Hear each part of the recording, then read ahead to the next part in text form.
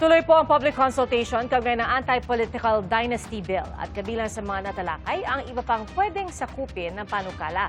Gaya ng kung pwedeng tumakbo ng sabay ang magkasintahan pa lang o kaya mga miyembro ng LGBTQIA+ community na ikinasal sa ibang bansa. Saksi si Mav Gonzalez. Sa public consultation sa Marilao, Bulacan para sa panukalang anti-political dynasty bill, nabanggit ni Bulacan Vice Governor Alex Castro na may mga usap-usapang tatakbo sa ilang posisyon ang may bahay niyang si Sunshine Garcia ng Sex Bomb Girls. Kahit naniniwalang kaya nitong manalo, tutol siya kung dalawa sila sa gobyerno. Alam niyo po, kung gusto mo ng pagbabago, simulan mo sa sarili mo. Kami pong pamilya, isa lang dapat ang nakaupo. Iyon nga po yung nilalabanan natin, tapos tayo rin ang gagaya sa sistema. Pero di lang mga kasal ang napag-usapan.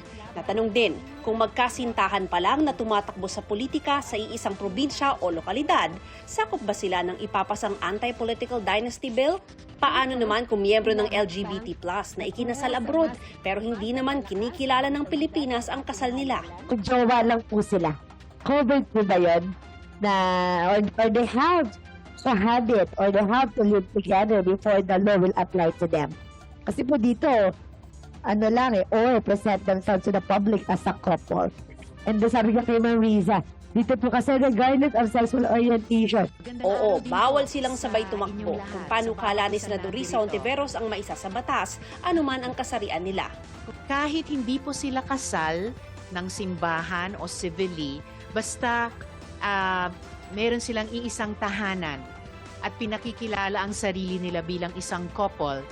Kung magkakaanak naman ang babawalan, hanggang second degree of consanguinity o immediate family tulad ng asawa, kapatid, magulang at anak ang gusto ng mayor ng Marilao. Kasama rin dito ang maglolo at magpinsan at iba pa. Sometimes if you go further to fourth degree, minsan po yung pinsan mo, kaaway mo na. Yung very close ng pinsan mo, o yung para mo, chuhin mo, hindi mo nakaka-good. And they are a separate, kumbaga, pag dito po sa local, separate household na siya. At sabay na pagtakbo lang ang gusto niyang ipagbawal.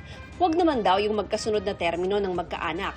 Para sa GMA Integrated News, ako si Mav Gonzalez, ang inyong saksi. Mga kapuso, maging una sa saksi.